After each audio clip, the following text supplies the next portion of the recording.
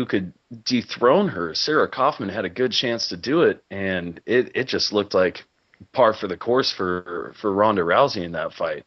I mean, obviously she finished that armbar or she finished the fight by armbar. First round, I believe it was 54 seconds. Just another dominant performance for Ronda. It was just amazing. I mean, you say she finished it in 54 seconds, which obviously she did, but it felt like the armbar, she was working for the armbar probably from about 10 seconds of the match. Right, Mark's actually trying to ring me, so what I'll do is I'll decline his call, and then as he's ready to go, we'll ring him back straight away. Okay? Excellent. Sounds good. I'm just going to ring him now because he's just trying to. You never want to. If you've got a professional fighter trying to ring you, you never want to turn them down. Yeah, absolutely. Let's get him on. Right, let's call him now. It's just ringing him now. Hopefully he'll pick up. Hi, Mark. You okay? Yeah, how you doing there? I'm doing well, thank you. Just to let you know, you're on with myself, Ray, and you're also on with my co-host Patrick as well. Great. How you doing, Mark? Excellent. How about yourself? Fantastic. Great to speak with you. Yeah, Both ways. we really appreciate you coming on the show, Mark. We're really excited to get you on. Oh, anytime. I appreciate it. So we'll jump straight into it. How's things with you, and how's training going for your fight in September? Good. Actually, it'll be in November.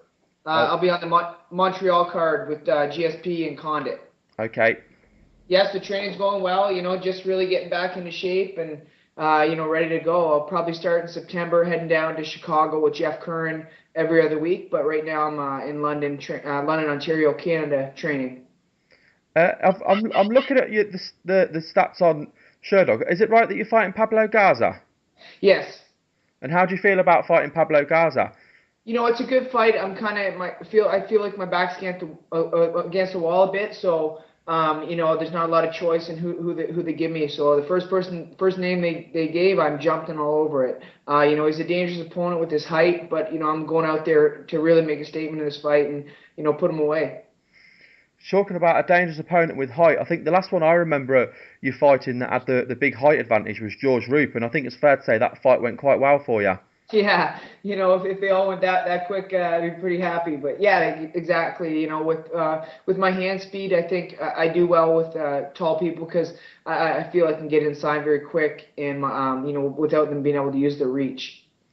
Yeah, I mean that was it was a hell of a win against Roop, and Roop was obviously not long coming off that his big head kick victory as well over the Korean Zombie, so Yeah. made it even more impressive. I want to go back a little bit further. I remember the first time I actually saw you fight. It's going back a while now, which was against Eves Edwards at UFC 58. And I think it's fair to say going into that fight, you were a big underdog. You were obviously fighting up a weight class. How did you feel about that fight, and obviously with the way the fight went? Going in there, it was a bit of a whirlwind. Being so young and getting the opportunity to fight in the UFC. Sorry. All right. It was a dream come true, and I remember just kind of looking around. Oh, sorry about this. One That's sec. okay. Um, yeah, I remember just looking around and trying to enjoy every minute of it. I remember watching the UFCs from home, and all of a sudden now I'm here. The environment was a lot different back then because MMA wasn't as popular. It was just starting to hit the popularity from everyone watching the fight. So it was more of a passion driven experience for me just to know I was just finally there. And I felt I had no pressure on me because I think I was a 5 or 6 to 1 underdog, moving up a weight, and all I had to go out there is perform my best. I knew what I was capable of doing, and I just had to show the world, what that was. I think it's fair to say at that time, Eves Edwards was kind of like the unofficial UFC lightweight champion. Obviously, he was coming off the head kick victory over Josh Thompson. The UFC lightweight division had kind of gone away and had just come back. So, and also the added thing as well was it was the whole USA versus Canada theme as well. So you, Yeah, and that's really what got me on the card because the manager who managed most of the top guys at the time, I managed GSP and David Oiseau and Patrick Cote, and when they were doing the Canada versus USA, he was saying there's no way that you can do this card without Mark Hominick being on it.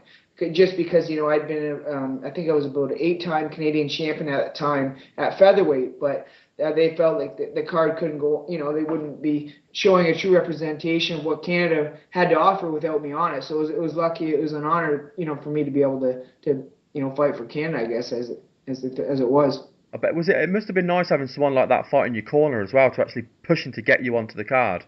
Yeah, no question. Like it was, Stefan Patry. He was a promoter up in Canada, up where I fought in TKO and UCC, and he managed George and David. So again, I'm sure he had a little bit of pull there to kind of get me in the door, and it was lucky that I got the opportunity. And when you're given those opportunities, you just have to make the best of it. It's kind of like with Aldo. It doesn't matter how many times you're counted out. You'd have to go out there and show what you're capable of doing and shock the world sometimes. I think you obviously shocked the world against Yves Edwards, I think it's fair to say, and I think as well you shocked a lot of people against Aldo because obviously with the way the fight started and then with the way you ended the fight as well, I think you surprised a lot of people in that fight as well. Yeah, I think when you fight someone like Jose Aldo is you have to fight him like you would anybody else. I think there's so many guys who are intimidated by him and they might fight out of character, and he's one of those guys. If you give him an inch, he'll take a mile. He's an explosive guy, and you see that even with our fight. Anytime he gets that one opportunity, he's going to take advantage of it and take you out. So I think that's the main thing is keep putting pressure and keep being confident in your own self when you're fighting someone who's regarded by so many people as being the best. Yeah, I agree. I mean, it was your fight with him was a fantastic fight, and I think it was we really saw Aldo taken into deep water in that fight, and it was certainly the first time it happened, obviously within the UFC anyway. So it was a really, it was a really good fight I think to watch as well. I mean, looking back, you got involved with mixed martial arts way back in 2002. It's fair to say that back then the sport, it was nowhere like what it is now. So what made you get involved with mixed martial arts?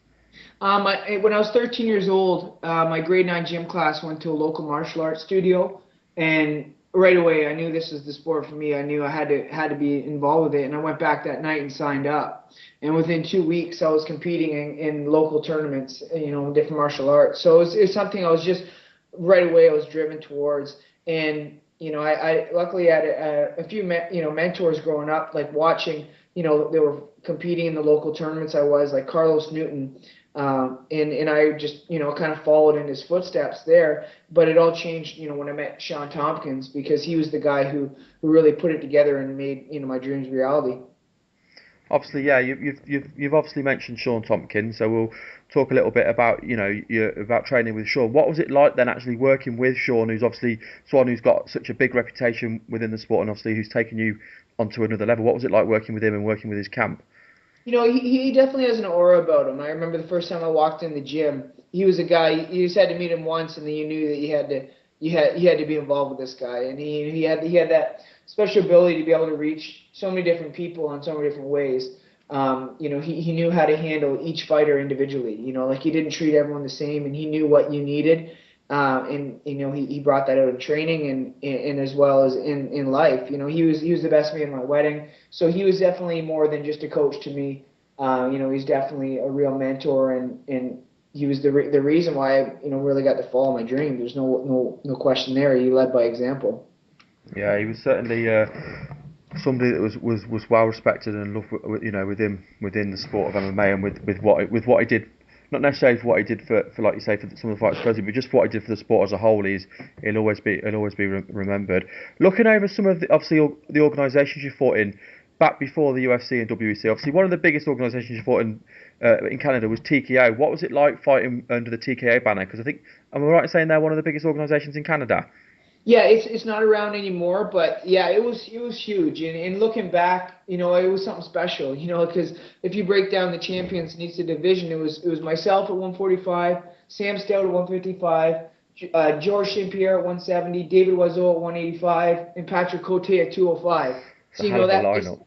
that basically represents the top guys in Canada at that time. And it's nice to see that even though we've came from different parts of Canada, we've all kind of gone through the same path and all made it to the UFC. Like there's not too many organizations that can say that, kind of do a laundry list of the champions, and to see each one of them, make it to the next level. So, looking back, it's pretty amazing to be a part of that. And in Montreal, it was a different environment than the rest of Canada. It was MMA was accepted, right away. It was on TV, even back in 2002. They had a weekly show on their sports network in Quebec. So it was definitely accepted more, and it was nice to have an opportunity to do it full time there.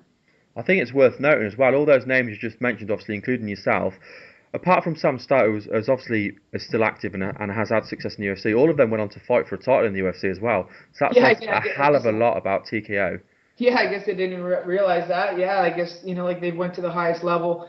And looking back, the quality of the show was just amazing. They were the first ones to bring in the big screens and sell out arenas. Like I remember fighting in front of 10,000 people, even before fighting in the UFC. So it was a good environment to get you ready for the next level because everyone talks about like octagon jitters and the first time they get to the octagon in the UFC that that they don't fight to their full potential, but it's almost like you felt like you've been there because you fought in the big arenas and you fought in front of thousands of people and on TV and whatnot, so that you had that exposure in the show before, so it definitely got you ready for the UFC. Just going over some of those names, it's all those guys you mentioned as champions, just brilliant fighters. So yeah, it's really it's quite eye opening when you list off the names like that. I mean, obviously you obviously also fought in WEC. You obviously had a lot of success in WEC. What was it like fighting in WEC? Did you fight in WEC before it was under the Zuffa banner? Yes, and it, or actually, I think it was right at the time when they did switch over because I was signed with UFC, but it was at 155 pounds, so there wasn't that opportunity, and I didn't want to fight at 155. I always felt I was the best at 145, and the only time I fought out of my weight class was against Eve Edwards and George Rogel in the UFC. So when they were taken under the Zuffa banner, I knew that was the biggest opportunity to get in there. And I actually, it was nice to get a second chance because the first time around, I had two losses back to back in WC, and I had to kind of go back and regroup and kind of win my way back into there before I got one of my winning streak before the title. So yeah, it's nice to see that that again, same thing there, where all the guys from the WC are now fighting for the belts and are heading up some of the best divisions in the UFC. Yeah, and you talk about you said you had two losses, but again, you look at both the names, and both those guys are still active and a big part of the UFC featherweight division now. You've got Rainy Yahya and Josh Crispy, obviously both still pretty big names. How did you feel when you found out that the UFC was finally going to merge and bring over featherweight and bantamweight, obviously specifically featherweight to you, to the UFC? Oh, it's credibility. I think that's the main thing because the division didn't change anything. Like the guys who I was going to be fighting were brought over the same as what they would have been in the WC. But what it does is fighting with UFC brings credibility. There's no question there. I remember some of my friends have been watching me fight for 10 years, and then all of a sudden when the UFC picked up WC, everyone's like calling me, congratulating me, and it was like, wow, this not I'm fighting the same people. It's just a new banner to fight under. But yeah, like the opportunities that come with the UFC are endless, and this is where every fighter dreams of fighting. I think it's about time that it happened as well. To be honest with you, I think it's great to see. I mean, obviously now we've been introduced to flyweight as well. It's great to see the smaller weight No, classes. exactly.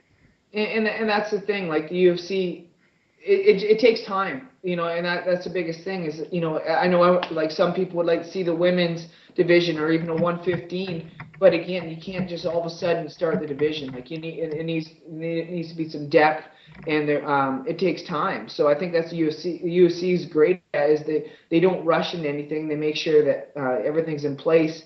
So you can fight to your best potential and get the biggest opportunities within the organization. I think you're right about the time. I think the biggest thing is having depth to the divisions as well. I mean, it's okay having three or four great fighters in a weight class, but you need more, don't you? You need more than that to be able to carry the weight class, into the future kind of thing, not just over a couple of events. Yeah, and that's the thing, and I think that's what they're going to run into at the start with the 125 division because, you have the four guys who are in the tournament, but aside from that, like even myself, I'm a huge MMA fan and follower, and I don't really know any more names past those four guys. So I think that's a problem. Even though they have an amazing lineup of fighters, and I'm sure the talent level's there, but to build a title fight or to build a co-main event out of a 125, it's going to be tough just because people aren't familiar with the names. But once they get some more depth and people get to see the talent, then the division will flourish. Yeah, I agree with that. It's all about promotion and selling names, isn't it? Going back to the 145 division as well, I think one of the big things that's kind of helped the 145 division since it's joining the UFC is you've seen quite a few lightweights or former UFC lightweights drop down to 145. Was you pleased to see that happening and making the division deeper? 100%, and that just all it does is bring credibility. Because like with Frank Yeager dropping down, as soon as it's just going to bring more awareness to the division. You know, because when he fights, he'll be a co-main event or whatever. So it just brings some more, a spotlight to that division, to our division. So it's huge. I wish more guys from 155 come down, and I'd love to fight any one of them because yeah, like you always want to be in the biggest fights against the best guys, the most noted guys, the guys who have the most following, and those are the kind of fights that excite me, and those are the fights I want to be a part of.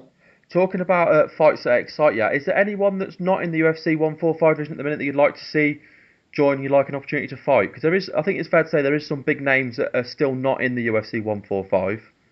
Yeah, there's a couple like Bibiano Fernandez. I know he kind of bounces around between 135 and 145. He's a name that I'd definitely love to see over because he's a top guy. And for the longest time, Hatsu Hioku, who I had fought 2 times, that was a name that I was excited that they brought over from Japan just because a lot of people didn't know him, and again, you're not going to get the exposure and respect unless you are fighting in the UFC. So yeah, those are 2 names that I was always thinking about. Yeah, they're both great names. Well, and obviously Hayoki is. I know he's just come off a loss, but he started off well. He won his first couple of fights. I know Yeah. Patrick's eager to jump in, so I'll let Patrick take over. You ready to go, Patrick? Are you there, Patrick? I'm here. How's everything going this afternoon, Mark? Excellent. How about yourself? Good, man. Good. I'm real pleased to talk to you this afternoon. I've followed you for a while, much like Ray. I saw you in the UFC at 155 and in Affliction and WEC. I'd like to start talking about some of your more recent fights, though. In your fight with Chan Sung Jung, it seemed like you came out maybe a little over aggressive. In the Eddie Yagin fight, it seemed like perhaps you were a little too reserved. Is there anything specific you've taken away from those fights? Well, for sure with the Korean Zombie fight, it was just that there's so much to prove. There's so much for me to kind of live up to because it was coming off the fight against Jose Aldo. So there's a lot Yeah. of questions to answer that kind of live up to the potential that I showed that I could. And then with my passing my coach, I'd never fought a fight in my life without Shawn in my corner. So that was the first time that I had to kind of deal with that. So Yeah. there's a lot of exterior factors that maybe come out too aggressively, but again, like I made the choice and I have to live up to it. And a loss is something that I have to wear, and it sucks, but it's the reality of the sport. I guess the main thing is just keeping your head about it and fight, and not out of emotion, but what you train to do. The thing with the Eddie Yagan fight, I knew he had power in his hands, and I think maybe that's why I was a little bit, single punching and being, I guess, a bit more cautious, because I had seen him knock out a lot of guys with one shot, and he dropped me twice in that fight. So I think that was the main thing I was worried about. I think in the third round I let caution to the wind, and I really came out and dominated him. And it was a fight that was close. I thought I won, but that the judge's decision is just that dictates who wins. Yeah, and that was a close fight. Speaking of other close fights, let's go back to UFC 129 a bit. You had talked about fighting in front of big crowds and stuff like that before you had even gotten into the UFC. But UFC 129, it was a unique event. It was up there in Canada. It was the first event to air every single UFC fight. They had the Facebook prelims, FX prelims. It broke the North American gate in live attendance records. And you and Jose Aldo, you guys won fight of the night on that card, on a card full of epic fights. Could you talk to us just a little bit what that experience was like? Well, for me, I feel that fight was the culmination of the last 15 years of my life. I got to show every fan there who I was as a fighter, as a man, and went out there and really laid it on the line. And that basically it has been the start. Like I like to look at that as like the start of my career, because that was the biggest opportunity. You know, it was the most eyes anyone had ever watched any of my fights. So it was like like I said, like 15-year overnight success. Like all the years, all the sacrifices, there was all worth it for that one moment. You know, and now it's kind of my responsibility and my opportunity to kind of take the what I was given that night and move it forward into another run at the title. Definitely. Now at UFC 145, Jeff Curran, he was in your corner that night, and I know just a few moments ago you had spoken to Ray and told him how you were going to be training with Jeff. Is he one of your main training partners right now? Yeah, he'd be my, aside from the guys here at Adrenaline, like Sam Stout and Chris Rodecki, myself, Jim, like he's the head of my corner. He's my head trainer is Jeff Curran. So we've had a relationship. He cornered for me back even at UFC 58 against Eve Edwards, and I've worked with him since about 2004, 2005. So I'm very comfortable with that, and that's kind of where I've made my decision as my head coach is going to be moving forward with the passing of Shawn. Very comfortable with his training. He's got a lot of great guys to work with, and he's got a great mindset for MMA. Yeah, that's awesome. And Jeff Curran, he's definitely a seasoned vet. And just a quick aside, we spoke to Dustin Ortiz last week, who was scheduled to fight Jeff Curran at flyweight. Can the Big Frog really make 125? I don't know. It's when he told me he was dropping 125, I thought he was crazy. But he's a pretty strong, mentally strong guy, and if he says he's going to do it, he'd make it. It was unfortunate that he had to have hand surgery. Hopefully he gets back and healthy as fast as possible. And yeah, I mean, I think he just wants another run, and maybe feels that 125 is the right spot for him. Definitely makes sense. Just one more before I let you go. You and Ray also talked about how Pablo Garza is your next fight. That's coming up at UFC 154. That's looking like another stack card. Can you tell us a little bit about what you're working on in preparation for that match? I'm bringing back a lot of my roots. I think that's the biggest thing. I feel in my last couple fights I've been throwing a lot of single shots and really just using my hands. So I want to, I came from a kickboxing background. I've had, I'm 25-0 in Thai boxing fights. So it's like something I got to bring back, because I feel like I'm not utilizing all my weapons. So I think that's the main thing is kind of going back to my roots and bringing back a full arsenal of strikes as opposed to just the boxing, which I've been really focusing on. And again, with MMA, it's a constant evolution. You have to be constantly improving. So, I'm always working on my jiu-jitsu, my wrestling, trying to, round on my game. But I think that's the biggest thing is just bringing back my roots to my training. Awesome. We just want to Well, before we let you go, Mark. We really appreciate you coming on. We were really excited to get you on.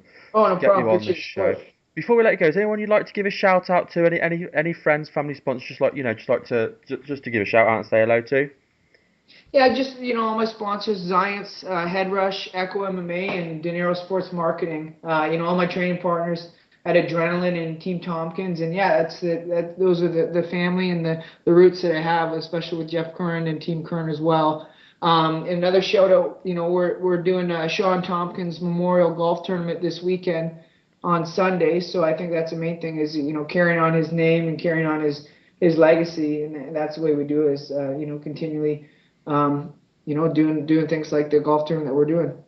Yeah, I think that's brilliant you're doing that. It's always good to give back. Well, we really appreciate you coming on the show. Like I said, we were really pleased to get you on, and we look forward to watching you fight at UFC 154. We hope you get back to winning ways, which we're sure you will, and hopefully we'll get you back on again in the future. Anytime. I appreciate the support, guys. Lovely. Thank you, Mark. Thank you. thanks a lot, Mark. Yeah, thanks, guys. Bye. And you. Bye-bye. Bye, Mark. Bye. And that was Mark the Machine Hominick, a veteran, a complete MMA veteran, fought in UFC way back at UFC 58 and has been around. And when he was reading off all those TKO names, that was very impressive, wasn't it? Yeah, that was astounding, and like you said, all those guys had fought for championships before in the UFC. Very very eye opening. I had seen some of his fights from TKO, but I wasn't really that up on the history of the promotion itself. So that was a very cool piece of information. It was quite when he was reading off all the names. I was thinking, gosh, title. I mean, I know Sam Stout hasn't fought for the title, but it's fair to say he's still a pretty big factor in the UFC lightweight division, and he's been famed for some of his